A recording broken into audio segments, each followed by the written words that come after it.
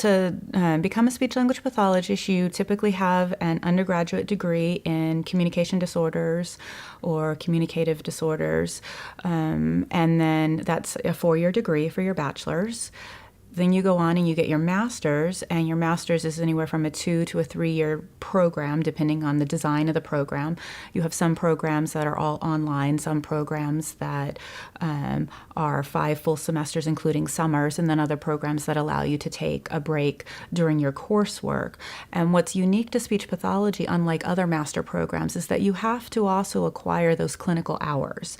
And those clinical hours have to be done in conjunction with your master academic work, and that's one of the reasons that the program takes a little bit longer, because you're still taking a full load of maybe 5 courses, 15 hours of graduate level master's courses, and at the same time you may have anywhere from 1 to 4 clients that you're working with. So you're creating lesson plans, you're taking SOAP notes, you're meeting with your supervisor, you're researching a little bit more about the clinical aspect of it, and then you're actually providing services under the guidance of your clinical supervisor from 1 to possibly 4 hours a week. And all of that is on top of what you're doing for your academic program. So sometimes if students are not well informed, there's a little bit of a shock when they start to sit down and think, oh, wow, I thought I could hold a job at the same time I'm going to school. And very few of our students are actually able to hold a full-time job, sometimes even a part-time job, because the amount of work that's required with the clinical component, which typically happens either during the time that they're taking their academic coursework during the day or later in the evening. So the days are very long. Students can start at 8 in the morning and not be finished until 8 in the evening, 5 days a week. And then they're studying on the weekends, preparing for their exams, their reports, their presentations, or they're preparing clinical lesson plans. And in that first year, preparing those clinical lesson plans can take them a lot longer than they think.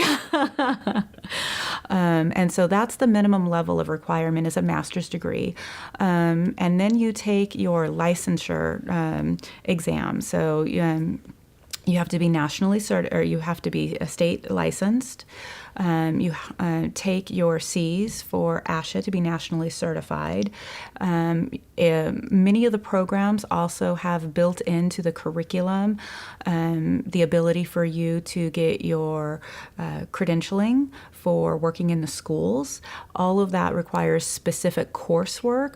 So depending on the state, depending on how the master program is designed, the courses that you take will help you in achieving all of these licensures and certifications so that you can actually practice in either the hospitals or the schools. And then, of course, you have to take the praxis at the very end, which is an exam that will basically determine whether or not you are able to practice as a speech pathologist with your minimal degree.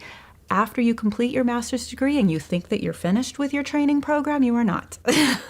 You still have another 9 months of your registered professional fellowship, or your CFY, your clinical fellowship year. And fortunately, this is a paid position. So typically you can work in the schools or the hospitals for another 9 months, but you're still working under the supervision of a licensed speech pathologist in the field of your choice, with the hospital, the schools, or private practice. And so it is quite lengthy in the training process, but definitely well worth it. If you have the ability to kind of go through and, stay the course.